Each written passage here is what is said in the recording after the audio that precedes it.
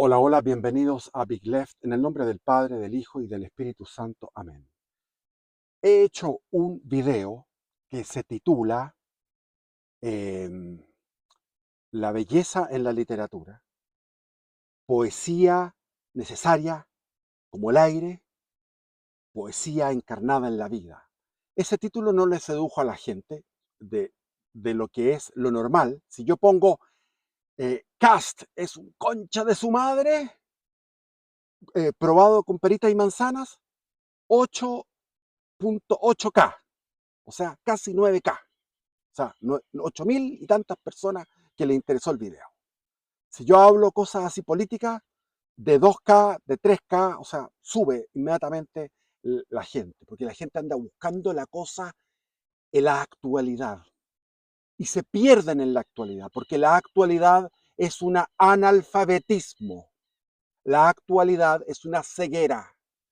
Hay gente que está todo el tiempo metida en la actualidad. Pero los que sabemos leer, los que disfrutamos la lectura, disfrutamos la oración, disfrutamos el contacto con la naturaleza, disfrutamos el hacer el amor, disfrutamos el escuchar la lluvia o escuchar los pájaros o nadar en el río o nadar en el mar con frío, no importa. O sea, las personas que estamos vinculados al ser, lo que sucede, lo que es el presente, es una distracción molesta.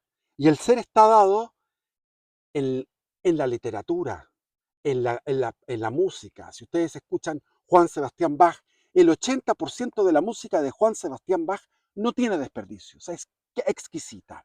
El piano, qué sé yo, las variaciones de Goldberg, Inventions, eh, la French Suite, eh, los motetes, esos cantos a capela, los motetes de Bach, música para órgano, las cantatas, eh, etcétera, los conciertos brandenburgueses, lo que ustedes quieran.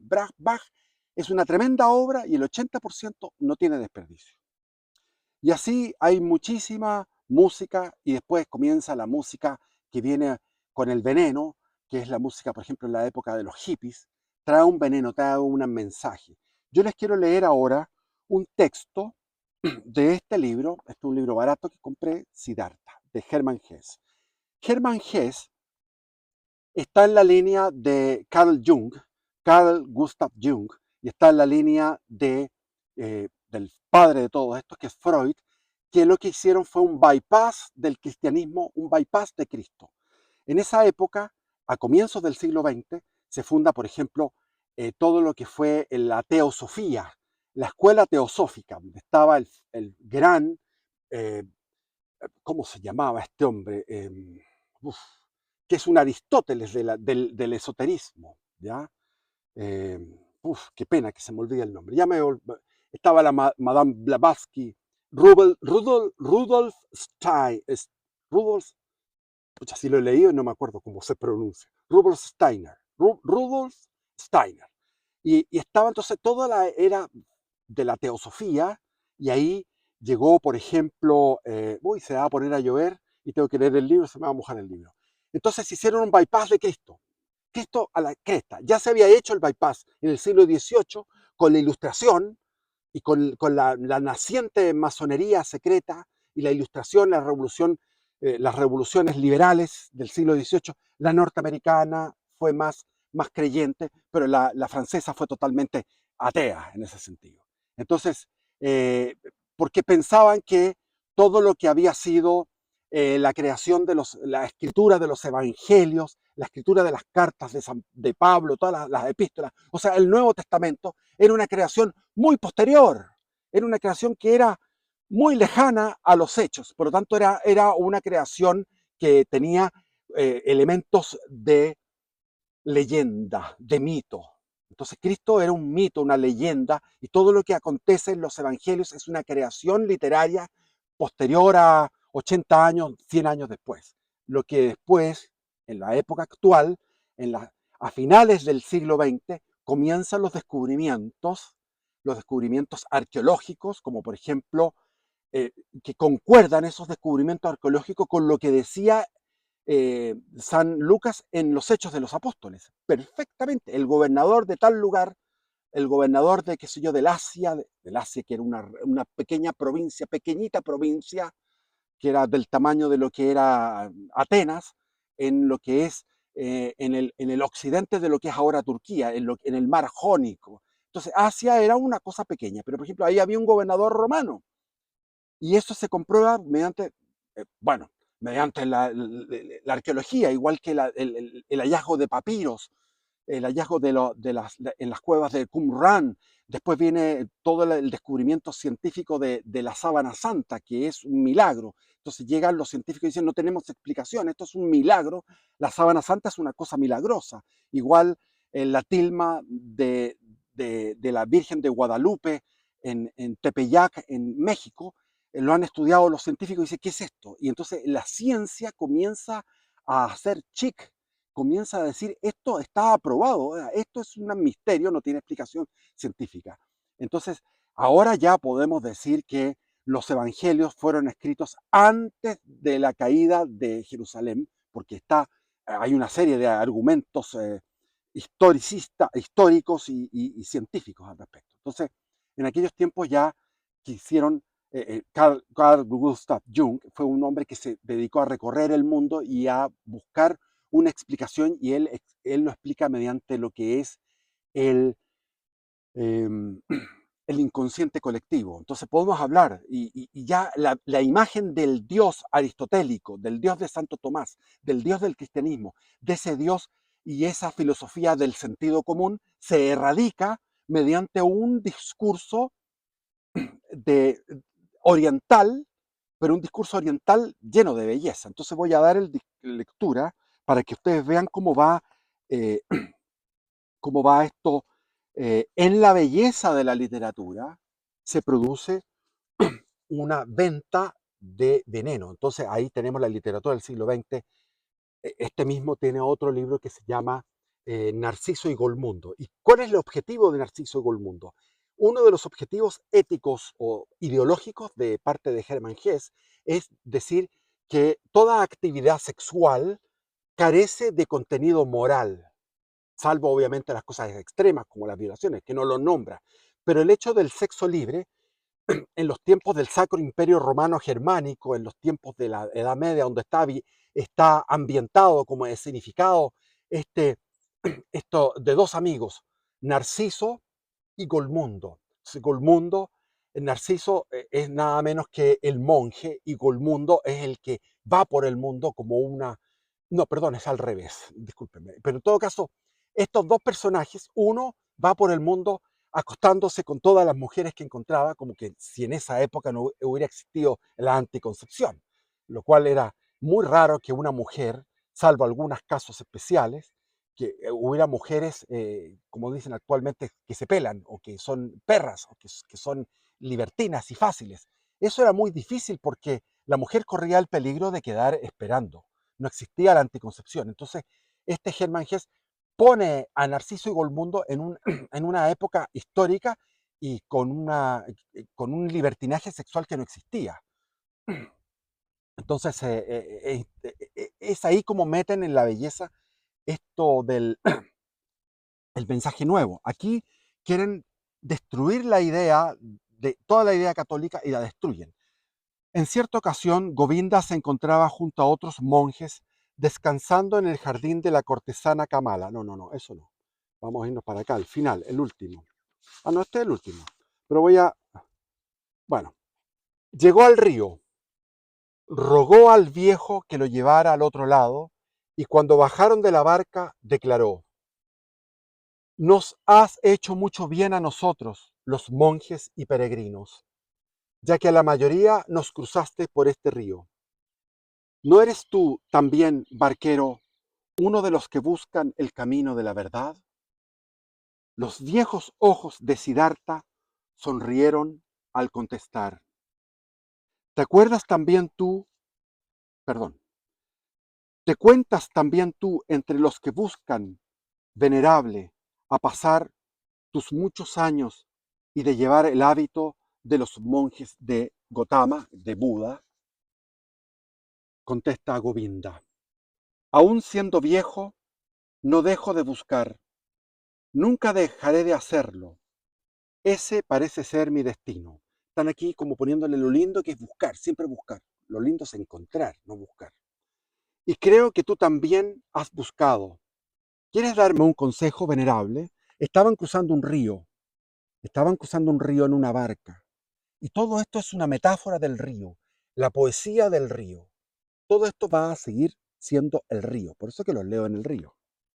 Siddhartha declaró, Siddhartha había vivido mil cosas y terminó viviendo al lado del río, cruzando a la gente en un bote, en una especie de, bueno, ¿cómo se llama? Barca, una barca, un pequeño botecito, o sea, un pequeño barquito donde él remaba y hacía pasar de un lado a otro a la gente que iba y venía. No había puente en ese lugar. Entonces llegó Govinda y Govinda le está preguntando a Siddhartha. Siddhartha declaró: ¿qué podría decirte, venerable?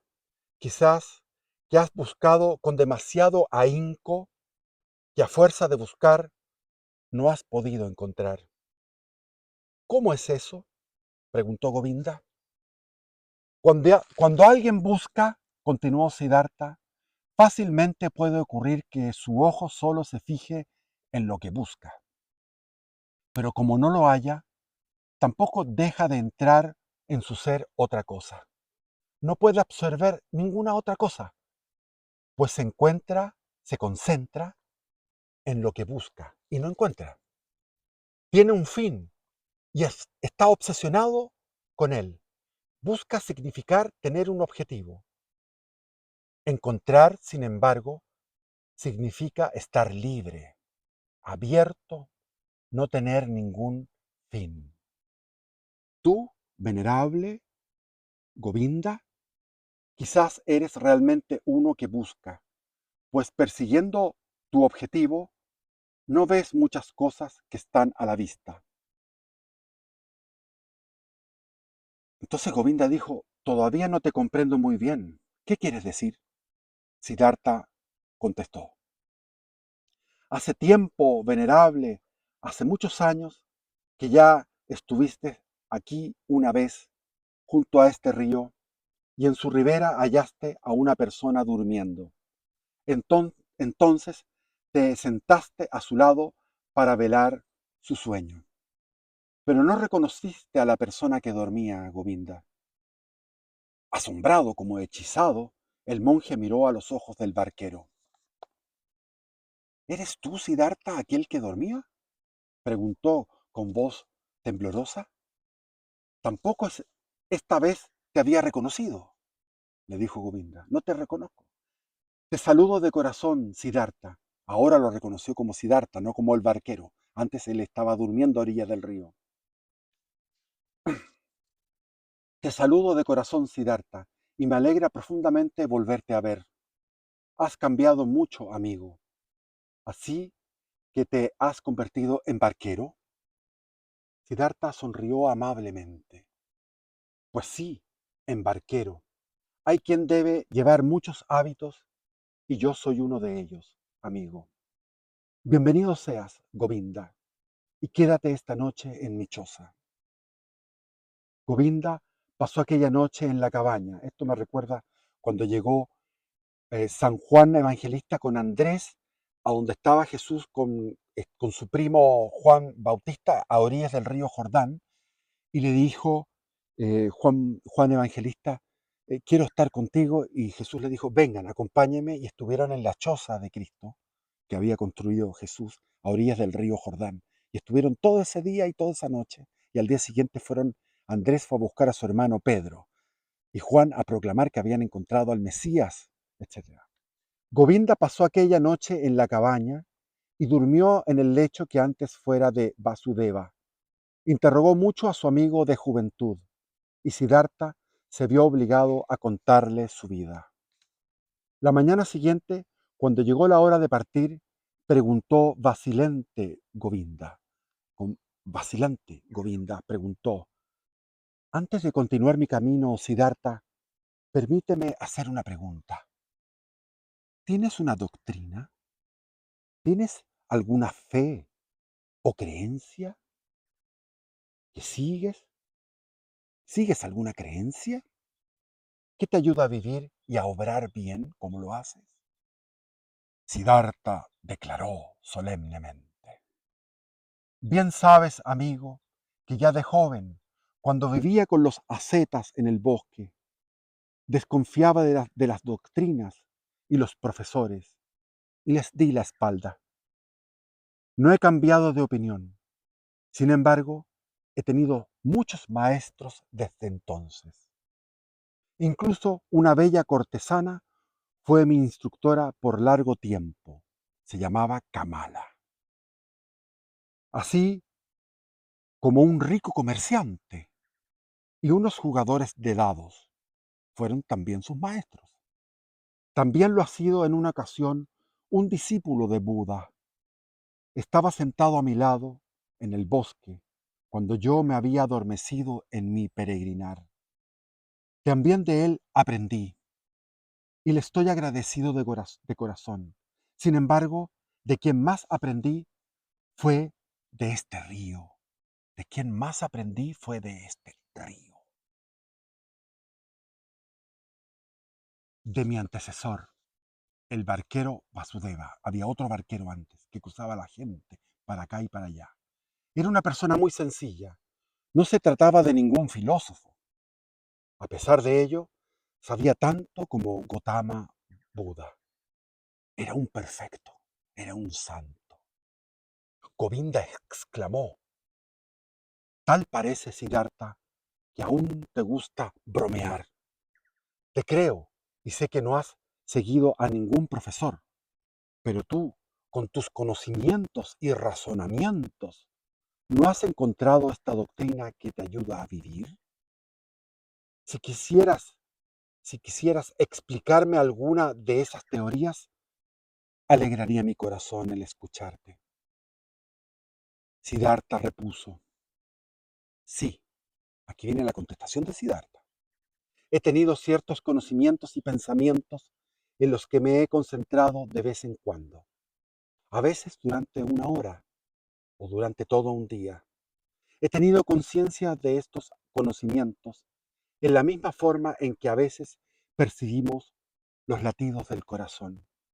He pensado mucho, pero me sería difícil comunicarte alguno de estos pensamientos. Sin embargo, lo que más se me ha grabado, Govinda, es el siguiente razonamiento: la sabiduría no es comunicable. La sabiduría que un sabio intenta comunicar suena siempre a simpleza. Esto es lo que he descubierto. ¿Bromeas?, inquirió Govinda. ¿Bromeas? No, dijo Siddhartha. Digo lo que he encontrado. El saber es comunicable, pero no la sabiduría. Puede hallársele, puede vivirse, nos sostiene, hace milagros, pero nunca se puede explicar ni enseñar. La sabiduría no es comunicable. Esto es lo que ya de joven sospechaba, lo que me apartó de los profesores. He encontrado otra idea que tú, Govinda, seguramente tomarás por broma o chifladura, pero en realidad se trata de mi mejor pensamiento. Este es lo contrario de cada verdad. Este es el pensamiento. Lo contrario de cada verdad es igualmente cierto. O sea, no existe la lógica aristotélica. Lo falso es falso, lo verdadero es verdadero. Aquí está estipulando un relativismo en la verdad y después en la moral. Este libro yo lo leí, lo escogí porque tenía un profesor, Rubén Infante, de literatura, en tercero medio, que nos dio a escoger. Entonces yo leí, me acuerdo, El Loco Estero, que era una obra de Blest Gana, que cuenta toda la rebelión de 1851 en Chile. Leí Siddhartha de Germán Hesse, este libro, y leí también Demián de Germán Hesse, donde él postula a Abraxas, un dios que incluye la maldad y la bondad, un panteísmo donde todo es Dios, donde está la bondad y la maldad, una Abraxas. Y después leí también El lobo estepario y después Narciso y Golmundo. Me hice fanático de Germán Hesse. Entonces dice aquí, este es el pensamiento rector de Siddhartha. Lo contrario de cada verdad es igualmente cierto. Y eso lo hacen en la universidad, que dicen teoría uno en la parte, en la parte jurídica o filosófica, teoría A, teoría B, y está la teoría C, ¿cuál es la verdadera? Todos tienen argumentos y tú quedas perdido. ¿Cuál es la verdad? Porque estás metido entre tiburones del pensamiento, entre tiburones de la metafísica, cuando uno estudia filosofía. Yo estudié filosofía y cada uno te viola, qué sé yo, Henry Bergson, te viola Nietzsche, te viola Marx, te viola Aristóteles, te viola Platón, te violan, todos te violan, porque tú no tienes ese nivel como poder discernir cuál es verdadero o falso, pero se va haciendo después, mediante la experiencia. La experiencia empírica espiritual es la que te lleva a la verdad. O sea, dice Siddhartha, una verdad solo puede pronunciar y expresar con, espérate, o sea, una verdad solo se puede pronunciar y expresar con palabras, es una verdad unilateral. Y unilateral es todo lo que se puede expresar con pensamientos y declarar con palabras. Unilateral es todo lo mediocre, todo lo que carece de integridad, de redondez, de unidad. Cuando el venerable Gautama Buda enseñaba al mundo por medio de palabras, lo tenía que dividir en samsara y nirvana. Samsara es el mundo este mundo, este valle de lágrimas. Este es el samsara, el mundo donde existen los opuestos, el placer y el dolor, la dicha y la desdicha, etcétera, lo frío y lo caliente. Entonces, el samsara y el nirvana es la superación de todo eso, llegar a un cielo, el cielo oriental, que es donde uno pierde su ser individual en este nirvana.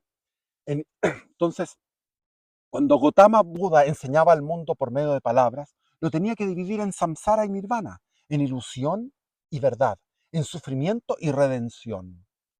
No hay otra alternativa para quien desea enseñar. No obstante, el mundo mismo, lo que existe a nuestro alrededor y en nuestro propio interior, nunca es unilateral. Jamás un hombre o un hecho es del todo samsara o del todo nirvana. Nunca un ser es completamente santo o pecador. Creemos que así es porque tenemos la ilusión de que el tiempo es algo real. Y el tiempo no es real, Govinda. Lo he experimentado muchísimas veces. Y si el tiempo no es real, también el lapso que parece existir entre el mundo y la eternidad, entre el sufrimiento y la bienaventuranza, entre lo malo y lo bueno, es una ilusión. Yo tuve una experiencia de meditar y tener una experiencia de eternidad. La eternidad está a la mano, de alguna forma. Hay que tener un camino espiritual y llegar a aprender la eternidad. Y pasaron 4 horas. Fueron 4 horas en que estuve quieto en una aprehensión de la eternidad, en el camino católico. ¿Qué quieres decir? Preguntó Govinda perplejo. Y habla ahora Siddhartha nuevamente. Escucha bien, amigo, escucha bien. El pecador, que lo somos tú y yo, es pecador, pero algún día volverá a ser Brahma, va a volver al ser básico, al ser absoluto, a la infinitud. Alcanzará el nirvana, será Buda. Pero fíjate bien, ese algún día es una ilusión, es solo metáfora. El pecador no está en camino hacia el Buda, no está evolucionando, porque no, aunque no nos podamos imaginar de otra forma. La evolución es una imaginación, no es otra metáfora. No, el pecador ahora y hoy ya está presente en el Buda. Su futuro ya vive en él. El Buda en potencia. Aquí está la teoría de que todos hay una transmigración de las almas y hay una paciencia infinita del ser absoluto que espera que tú vayas aprendiendo y superando el mal y finalmente, después de muchísimas encarnaciones, llegues vuelvas al Brahma, vuelvas al bien absoluto. El pecador no está en el camino hacia el Buda, no está evolucionando, aunque no nos podamos imaginar de otra forma, aunque lo podamos. Espérate. No, el pecador ahora y hoy ya está presente en el Buda, su futuro ya vive en él. El Buda en potencia que se alberga en el interior de cada persona. Ahí está, Aristóteles, la potencia del acto. En ti, en mí, debe ser reconocido y respetado. Aquí hay una literatura que es una mezcla de Occidente y Oriente. Sin querer, Hermann Hesse está hablando de Oriente, pero está aplicando categorías de Occidente. El mundo, amigo Govinda, no es imperfecto, ni se encuentra evolucionando lentamente hacia la perfección. No, Él es perfecto en cualquier momento. Todo pecado ya lleva en sí el perdón. Todos los lactantes, la muerte. Todos los moribundos, la vida eterna. Ningún ser humano es capaz de ver en qué punto del camino se hallan los otros. En el ladrón y en el jugador está el Buda. En un brahman, en un santón, un tipo que está meditando todo el tiempo, existe un ladrón. Está el tema del yin y el yang. Está la supresión del infierno eterno y del paraíso eterno, la recompensa. Es decir, esto es la negación del cristianismo. Aquí está en esa época, esto fue escrito en 1922.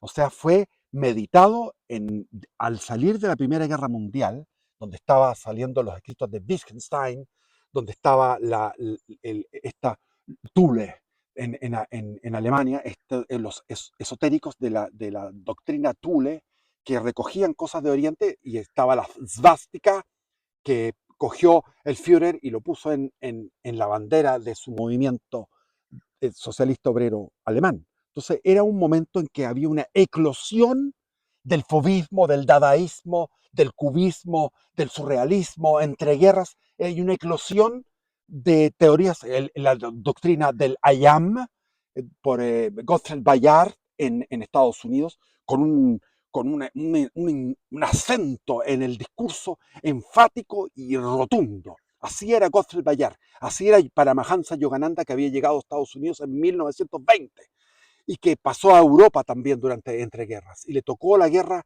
mientras bombardeaban Londres, estaba Yogananda en Londres. Entonces, entreguerras es donde sale todo esto. Y esto es herencia de Nietzsche, herencia de Rudolf Steiner. Ya, sigamos. Al meditar profundamente, existe la posibilidad de anular el tiempo, de ver toda la vida pasada, presente y futura a la vez.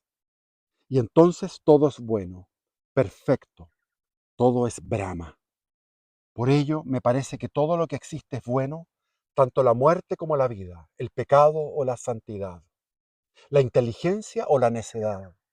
Todo necesita únicamente mi afirmación, mi conformidad, mi comprensión amorosa. Entonces es bueno para mí y nada podrá perjudicarme. Aquí está el origen, 1922, el origen de todo el pensamiento posmoderno que vivimos ahora.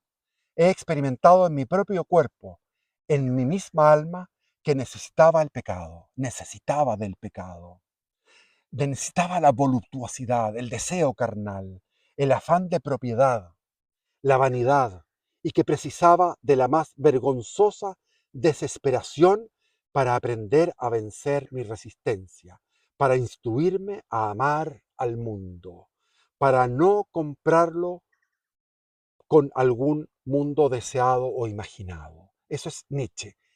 Nietzsche rechazaba los transmundos, los mundos más allá de este mundo. Vivamos este mundo porque este mundo es sagrado y divino. Vivamos aquí, seamos superhombres. El superhombre no es el Superman que un karateca que le pega a todos. No, el superhombre es el que se ha liberado de todo lo que era la metafísica cristiana. Y aquí está Nietzsche también. Amar al mundo, regido por una perfección inventada por mí. Espérate, tendría que volver a leer. Sino dejarlo tal como es. O sea, dejarlo al mundo tal como es. Amarlo y sentirme feliz de pertenecer a él. Estos son, Govinda, algunos de los pensamientos que he tenido. Siddhartha se inclinó, levantó una piedra del suelo, y la sostuvo en sus manos. ¡Oh! ¡Qué emoción! ¡Qué cosa más! eh, ¡Qué cosa más sublime! Esto declaró mientras la manipulaba la piedra. Es una piedra, y dentro de poco tal vez se convierta en polvo, en tierra. De allí pasará a ser planta o animal, o quizás un ser humano. En otro tiempo hubiera dicho, esta piedra solo es piedra, sin ningún valor. Pertenece al mundo de Maya, al mundo de la ilusión, al mundo del engaño, del autoengaño, al fenoménico, como decía Kant, el fenómeno no pertenece al noúmeno. Pero como en el círculo de las transformaciones, también puede llegar a ser un ente humano, un espíritu. O sea, la piedra podría llegar a ser un ente humano, un espíritu. O sea, la unión del ser de la piedra con el espíritu, del ser inanimado con el espíritu. Y por ello es valiosa. Así habría pensado en otro tiempo, pero ahora pienso, wow, esta piedra es una piedra, al mismo tiempo es animal, al mismo tiempo es un dios, al mismo tiempo también es Gautama Buda. No la venero ni la amo por lo que algún día podrá llegar a ser en una evolución de millones y millones de años, sino porque ya es y siempre ha sido todas estas cosas desde siempre. O sea, la unidad de la piedra con el espíritu de los animales, o sea, la unidad de este panteísmo. Todo es Dios. Y vuelve a ese ser absoluto y emerge nuevamente, emana de ese ser absoluto. Y precisamente esto que ahora se me presenta como una piedra, que ahora veo en forma de piedra, merece mi amor. Vamos a tomar una piedra buena. Merece mi amor. El amor a la piedra. Que ahora veo en forma de piedra, merece mi amor. Le doy valor y sentido a cada una de sus líneas y huecos, a sus colores y a su dureza, al sonido que produce cuando la golpeo. Le doy valor a todo eso, a la sequedad o humedad de su superficie. Hay piedras que al tocarlas parecen aceite o jabón, y otras semejan hojas o arena, y cada una es diferente y venera al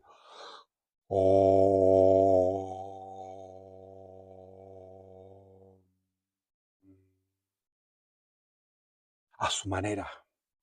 Cada una es Brahma, pero a la vez es una piedra, cualesquiera que sea su textura, y esto es precisamente lo que me complace y me maravilla y es digno de admiración.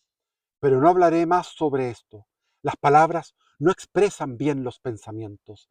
En cuanto se pronuncia algo, ya cambia un poquito y se distorsiona, pierde sentido. Y también esto es bueno y me parece justo, que la sabiduría y el tesoro de una persona parezca necedad y locura a otra. Y aquí me acuerdo de Calderón de la Barca, la vida es sueño. Ah, apurar cielos pretendo. Porque qué pecado cometí contra vosotros, porque el mayor pecado del hombre es haber nacido. O el otro poeta español que dice, manifiestos discursos humaredas encendidas, papeles gastados, papeles en tinta que ha de borrar el tiempo, qué dolor de papeles que ha de borrar el tiempo, qué tristeza de tinta que ha de bueno, no me acuerdo, las palabras entonces no sirven, son palabras. Manifiestos, discursos, y todo esto son palabras. Qué dolor de garganta que no puede expresar lo que la palabra. Entonces la palabra se manifiesta impotente de expresar lo que quiere expresar. Es un poema que lo voy a leer en algún momento. Govinda escuchaba en silencio. ¿Por qué me has dicho lo de la piedra? Preguntó vacilante tras una pausa. Siddhartha responde. Lo dije sin intención, pero quizás porque es un buen ejemplo de lo que quiero expresar, que amo precisamente a la piedra o al río como a todas las cosas que podemos contemplar y de las que podemos aprender. Aquí llegó la moda de que el Oriente era contemplativo y el Occidente activo. El Occidente era mecánica, era industria, porque estábamos en la época saliendo de la Belle Époque, donde Europa se había puesto sobre todo el mundo, hasta China, hasta Japón, África, todo era Europa en la época de la Belle Époque, el siglo XIX. Pero ¿qué pasa? Que llegó toda la moda de Oriente, que Oriente era contemplación. Pero lo más contemplativo es el catolicismo. El catolicismo es contemplación absoluta. Algún día lo explicaré. Govinda, puedo amar a una piedra, o a un árbol, o a su corteza. Son objetos que pueden amarse, pero no se puede amar a las palabras. Por ello las doctrinas no me sirven. No tienen dureza ni blandura. No tienen colorido ni cánticos, ni olor ni sabor. Palabras son y nada más. ¿Acaso sea eso lo que te impide encontrar la paz? Quizás sea, tan, quizás sea tantas palabras, le dice a Govinda, que Govinda está con las palabras. También redención y virtud son palabras. Lo mismo que samsara y nirvana son palabras. Govinda, el nirvana no es algo tangible. Solo la palabra nirvana existe. Govinda exclamó, amigo, nirvana no es tan solo un término. Nirvana es un pensamiento. Nirvana es una realidad y una vivencia. Siddhartha continuó. Un pensamiento quizás, amigo. He de confesarte que no encuentro gran diferencia entre los pensamientos y las palabras. Francamente, tampoco a los pensamientos les concedo gran importancia. Me gustan más los objetos. Aquí, en esta barca, por ejemplo, mi antecesor fue un hombre, un santo, que durante muchos años creyó simplemente en el río y nada más. Él, el santo, creía en el río y nada más que en el río. Ella lo educó y lo enseñó. El río le parecía un dios. Durante muchos años ignoró todo viento, nube, pájaro o escarabajo. Todo es igualmente divino y sabe y puede enseñar, pero nada puede enseñar tanto como un río.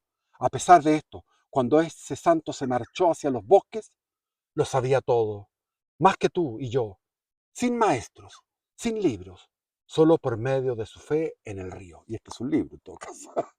Solo por medio de su fe en el río, porque el río era, aquí viene la metáfora del río, que es bellísima. Govinda replicó, pero lo que tú llamas objeto es realmente algo que tiene sustancia.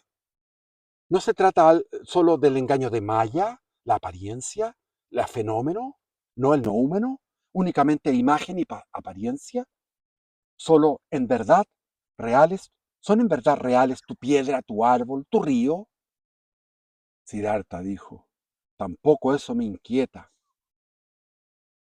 ¿Qué importa que sean engaños o no? Si lo son, entonces yo también lo soy. Son de mi misma naturaleza. Este es el motivo que me impulsa a amarlas y venerarlas. Son mis semejantes, por ello las puedo amar.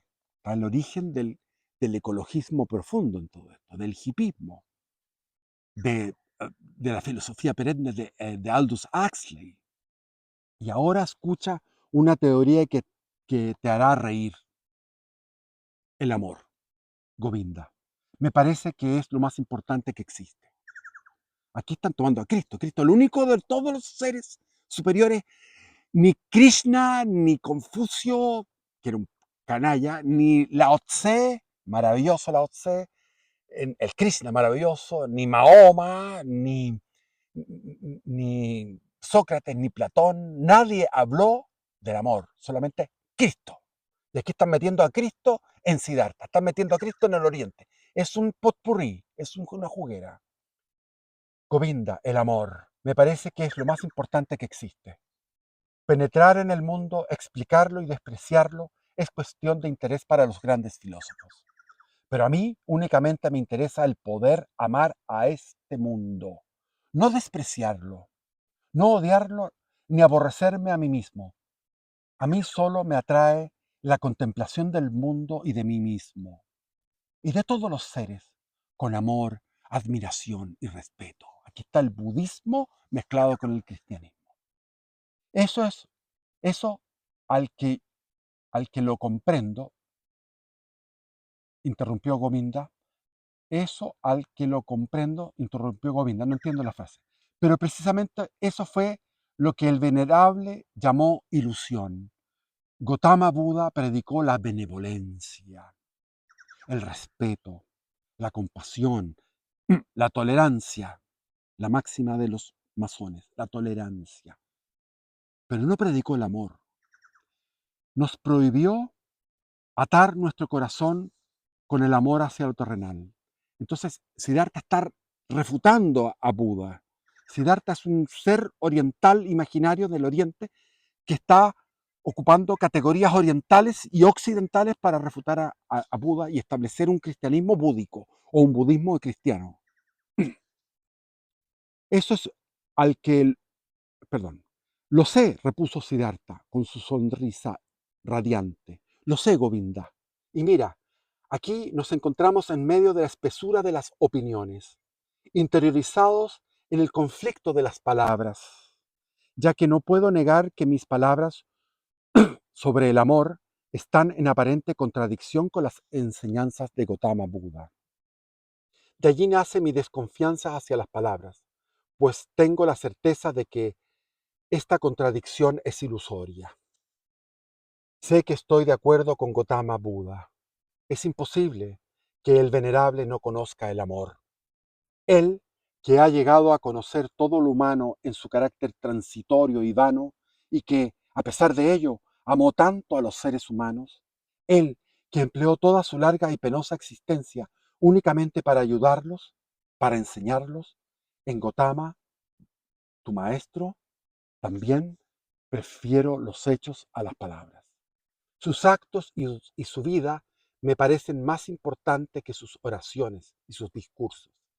El gesto de su mano es más esencial que sus opiniones.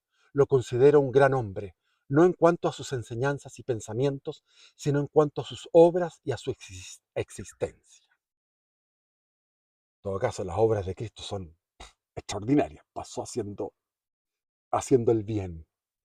Pues hay un solo de soprano en La Pasión según San Mateo, en que lo he mandado yo lo he grabado y lo he enviado en mi canal, está atrás, aparece lo pueden ir viendo en mis videos, hay un video donde aparece una mujer cantando, es el único donde aparece una mujer cantando, hace como 3, 4 meses, donde aparece el solo, donde dice Juan Sebastián Bach, ¿y qué culpa tenía Cristo? ¿Qué hizo Cristo para que le hiciéramos todo lo que le hicimos, todo el sufrimiento que le dimos en su pasión?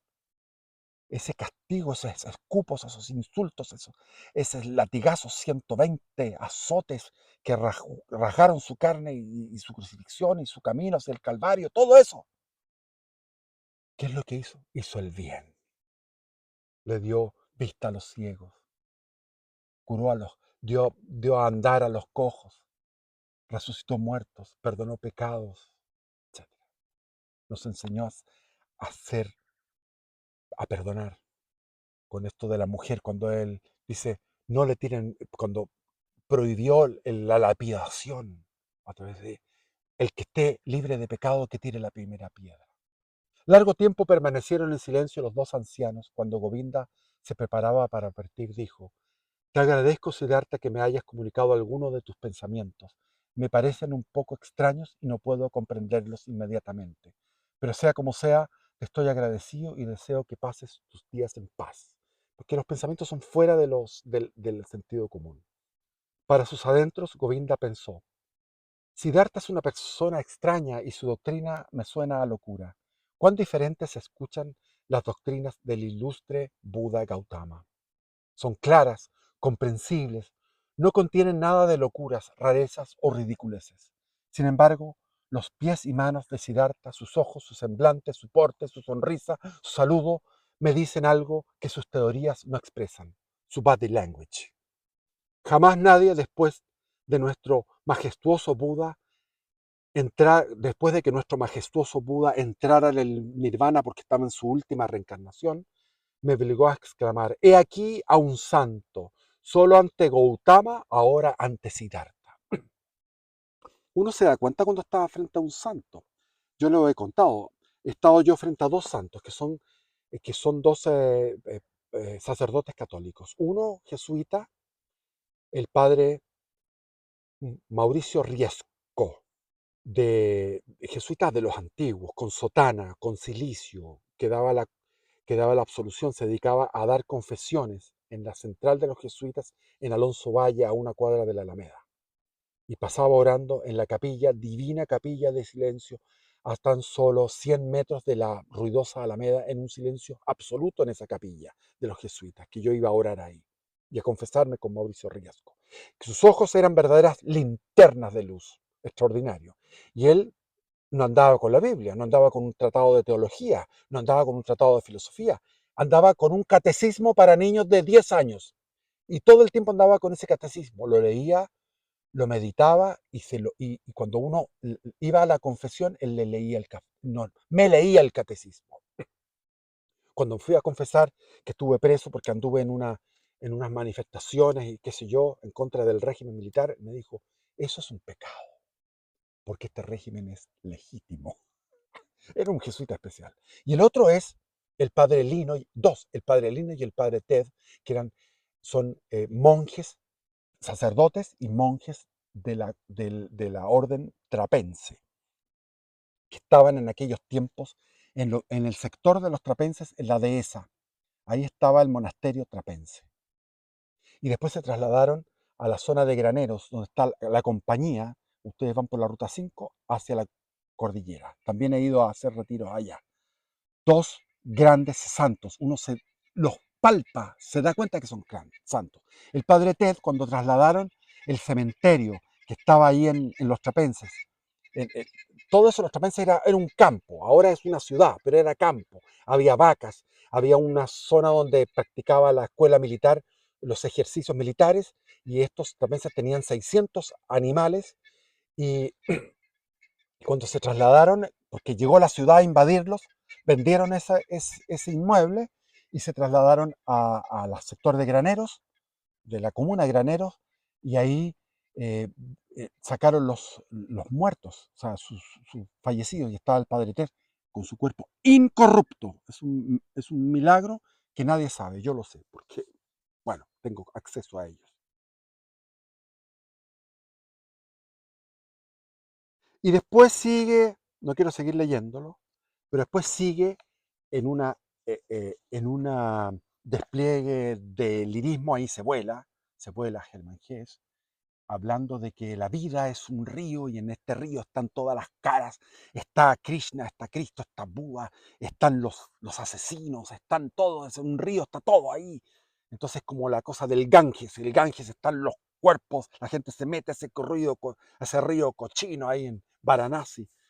Lo he visto y he visto otra cosa que les recomiendo, vean con K-U-M, Mela. Y ahí hay chiflados norteamericanos o ingleses o franceses, gente occidental que va allá y toma películas de todas las locuras que hacen en alabanza a Shiva, por ejemplo. Los tipos todos piluchos, se les ve a todos el miembro viril, y están todos fumando hashish y se meten al agua, y hay otros que son los que están con una pierna en un árbol y les llevan comida, pero esa pierna en el árbol está hace 300, o sea, perdón, 300 meses, o sea, lleva 20 años la pierna en el árbol, y la pierna está en el árbol, y él tiene una pierna parado y con la pierna en el árbol, y esa pierna está muerta porque no la ha usado. Eso es una cosa rayada, es una cosa absolutamente loca, porque es en honor a Shiva. Shiva es el dios de la destrucción. Entonces tienen esa pierna ahí inútil, inútil. Y está él, su sacrificio es estar ahí, parado, al lado de un árbol, con una pierna, y eso, y hay un montón de cosas raras así. Hay también algunos que tienen un dominio del Hatha Yoga, que son de una flexibilidad extraordinaria. Y están todas estas gurúas, unas mujeres, y otros que llegan en unos elefantes multicolores. Realmente estos documentales son realmente muy interesantes, porque uno ve lo exótico, lo extraño que es el paganismo de la India. Y como les digo, esto lo leí yo a los 16 años, junto con otros libros de Hermann Hesse, y los he vuelto a leer ahora a los 64 años, de los 16 a los 64 años. Y claro, cuando era niño, cuando era joven, 16 años, me fascinaba eso. Quedaba nubilado, pero ahora lo leo y veo el veneno que pueden traer, que puede llevar la literatura. La literatura puede ser muy venenosa en el sentido que la literatura básicamente es opacidad, es belleza, es formalidad, belleza, opacidad.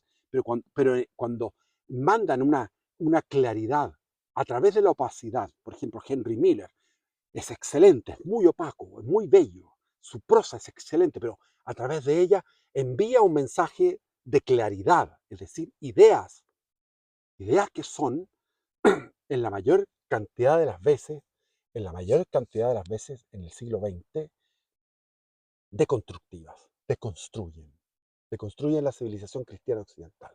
No así, por ejemplo, el Quijote no.